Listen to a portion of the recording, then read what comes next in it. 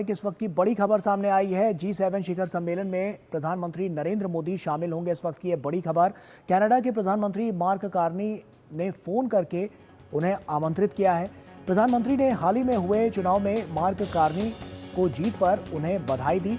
प्रधानमंत्री ने G7 शिखर सम्मेलन में आमंत्रित करने के लिए धन्यवाद दिया। इस वक्त की बड़ी और अहम खबर, साफ तौर पर प्रधानमंत्री ने मार्क कार्नी को उनकी जीत पर उन्होंने बधाई दी है और इसके अलावा भी ये बात अब साफ हो गई है प्रधानमंत्री ने, क्योंकि G7 शिखर सम्मेलन में आमंत्रित करने के लिए प्रधानमंत्री ने धन्यवाद दिया। इस वक्त की बड़ी और अहम खबर।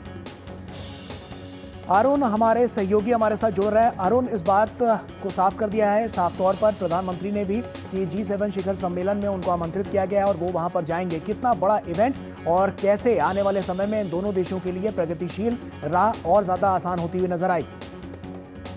G7 एक बहुत ही पावरफुल ग्रुपिंग है और मिड जून के अंदर G7 इस बार कनाडा में आयोजन होने जा रहा है, जिसका एक तरह से निमंत्रण प्राइम मिनिस्टर मोदी को दिया गया है।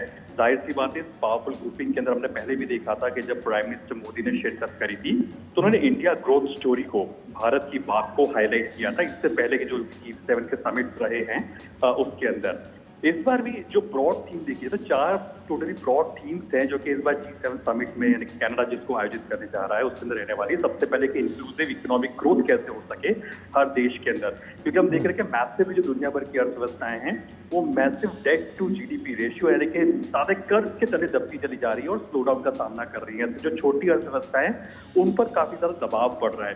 टैरिफ वॉर्स जो चल रही है उसकी भी काफी हम लोग देख रहे हैं कि जिसकी वजह से काफी ज्यादा सप्लाई चेन के अंदर डिस्ट्रप्शन हमें देखने को मिल रहे हैं।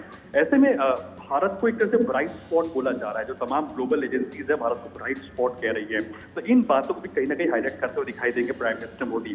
सेकेंड इंपॉर्टेंट पॉइंट है कि क्लाइमेट को लेकर के भी कनाडा एक ब्रॉड थीम को लेकर के आगे चलेगा G7 के अंदर। और हम इस बात को जानते हैं कि प्राइम मिनिस्टर मोदी ने कई सारे इनिशिएटिव लिए हैं, कई मल्टीलैटरल प्लेटफॉर्म पर एक पेड़ माँ के नाम जैसे जो इनिशिएटिव्स को उन्होंने हाईलाइट किया, जिसको ग्लोबली सारे वर्ल्ड लीडर्स ने एक्सेप्ट भी किया और अडॉप्ट भी किया है अपने अपने देशों के अंदर।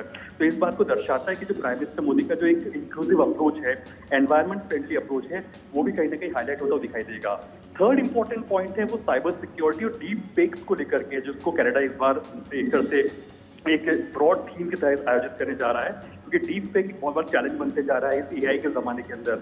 आर्टिफिशियल इंटेलिजेंस को कैसे टैकल किया जा सके, साइबर सिक्योरिटी को कैसे और दुरुस्त किया जा सके, ऐसी इसमें तमाम जो बड़ी अर्थव्यवस्था कैसे मिलकर के सामने आ सके, इस बात पर focus. And last but not the least, कैसे ग्लोबल पीस हो सके।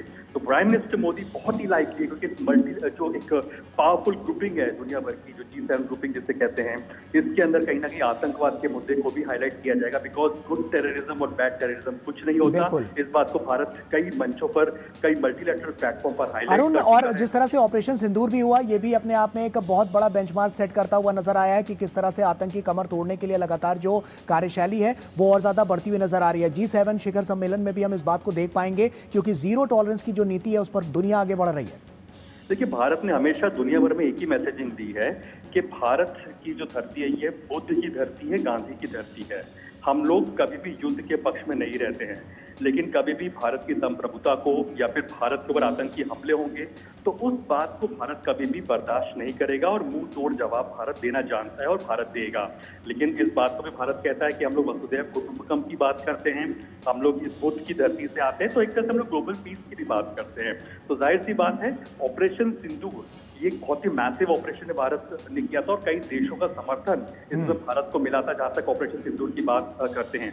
इंपॉर्टेंटली ये भी है कि भारत ने अपनी मेक इन इंडिया कैपेबिलिटीज को भी दुनिया के सामने रखा है कि कैसे हम लोग अपनी मेक इन इंडिया कैपेबिलिटीज के बलबूते के ऊपर दुश्मन देश को एक तरह से करारा जवाब देते हैं। तो एक तरफ यहाँ भारत जो कि इस एक तरह से G7 ग्रुपिंग के अंदर, G7 समिट के अंदर शिरकत करेगा और जाहिर सी बात है इन तमाम मुद्दों को, यानी कि इकोनॉमिक एंगल, क्लाइमेट के एंगल को, आर्टिफिशियल इंटेलिजेंस और डीप फेक या फिर साइबर सिक्योरिटी के एंगल को end of course global piece के एंगल को रखता हुआ दिखाई देगा इस बड़े प्लेटफॉर्म के अंदर। भारत के बढ़ते हुए कद को भी दिखाता है, क्योंकि भारत की जो खासियत ये है कि वो लीड बाय एग्जाम्पल करता है। अगर हम डिजिटल इंडिया बिल्कुल निश्चित तौर पर अरुण, क्योंकि मल्टी लेवल फोरम पर हम इसको देख पाएंगे और साफ तौर पर काफी महत्वपूर्ण ये होगा, क्योंकि दोनों देशों की भागीदारी तो होगी। इसके अलावा भी साथ साथ जो वैश्विक स्तर पर जिस तरह की जो समस्याएं हैं, जो चैलेंजेस, उनको कैसे पार पाना है।